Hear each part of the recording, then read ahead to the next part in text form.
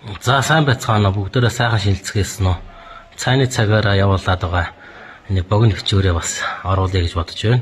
За энэ удаа ярих зүйл нь одоо сая цагаан сар болоод өнгөрцөн. Одоо манайхан нөгөө засал ном гэдэг бас нэг ажлууд хийдэг. Үүнтэй холбогдуулаад 13 насны дом болон 33 насны мөчлөгийн талаар маш товчхон тайлбар өгье гэж бодож байна. За эрэгтэй эмэгтэй хүүхдийг 13 нас буюу жил орох байгаа энэ анхныхын жил дээр нь 13 насны дом заслал гэдэг зүйлийг монголчууд хийдэг юм уламжлалтай байжээ. За 13 нас гэдэг бол эрэгтэй эмэгтэй хүүхдүүдийн хувьд том хүн болж байгаа буюу өсвөр шилжилтийн үедээ орж байгаа ийм цаг үе байдаг. Тэгээ шилжилтийн үедээ орж байгаа ийм цаг үе дээр эрэгтэй эмэгтэй хүүхдүүдэд тодорхой хэмжээгээр нөгөө хамгийн дээггүй нас байдаг учраас одоо хэрэг төвд орчих гээд байдаг ч юм уу. Эсвэл одоо гэмтэж бэлтчих гээд байдаг ч юм уу, нэг ийм адарматай үе хэлдэг байна. Тэгэхээр энэ 13 насны домыг бол одоо хийж тэр зүйлээс нь одоо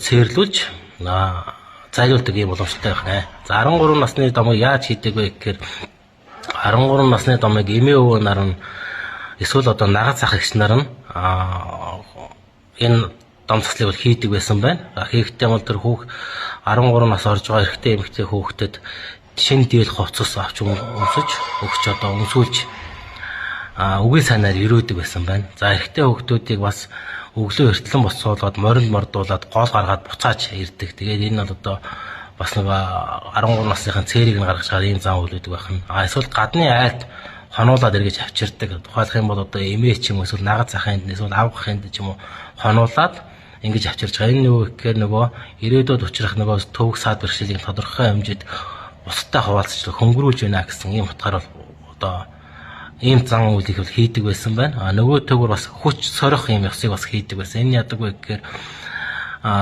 эрэгтэй хүүхдүүдээр хүнд хүчээр ажлуудыг хийлгэж эсвэл одоо ан ав дагуулж авдаг ч юм уу. Ийм байдлаар одоо тодорхой хэмжээр хүчтэй бяртай ирхэн болоосай гэдэг үднээс ингэж бэлэгдэж ингэж 13 насны домыг бол хийдэг байжээ. За харин эмэгтэй хүүхдийг болохоор бас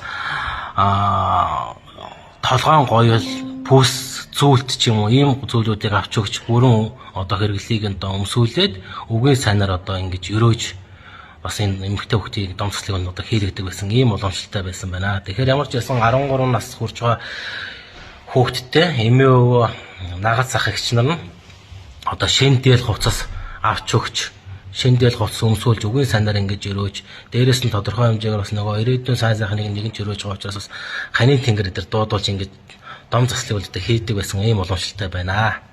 За дараагийн нэг зүйл бол 33-ны мөчлөг гэж байдаг. За ер нь бол эрэгтэй эмэгтэй хүний ялгаагүй энэ 33-ны мөчлөг бол одоо хамгийн хүнд байдгаа гэж монголчууд үзэж ирсэн байна. Тийм учраас энэ 33 насныхаа дом заслыг бол одоо хийлгдэг байжээ. За энэ 33-ны дом засал гэдэг нь ямар учиртай яаж хийдэг вэ гэхээр 33-ны дом заслалтаа орж байгаа хүн болохоор аав ээж дээрээ очиод аав ээждээ дээшээ харсан одоо тийм бэлэг дэмбэрэлтэй бэлэг бэлдэж өгдөг байна. За манай монголчууд ихэвчлэн гутал авч өгöd байдаг.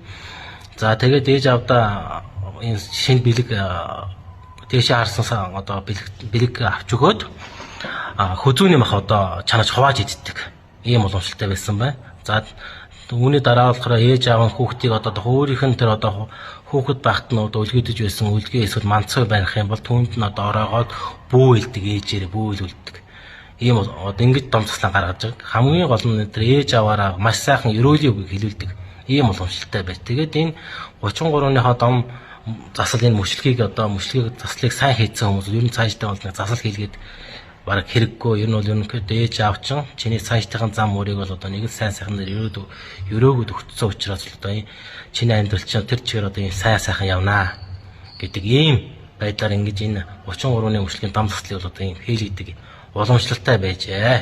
За мэдлэг тусал нэмэр ингээд 13 насны дом засал болон 33-ны мөчлөгийг одоо талаар товчхон тайлбар орууллаа. Баярлалаа.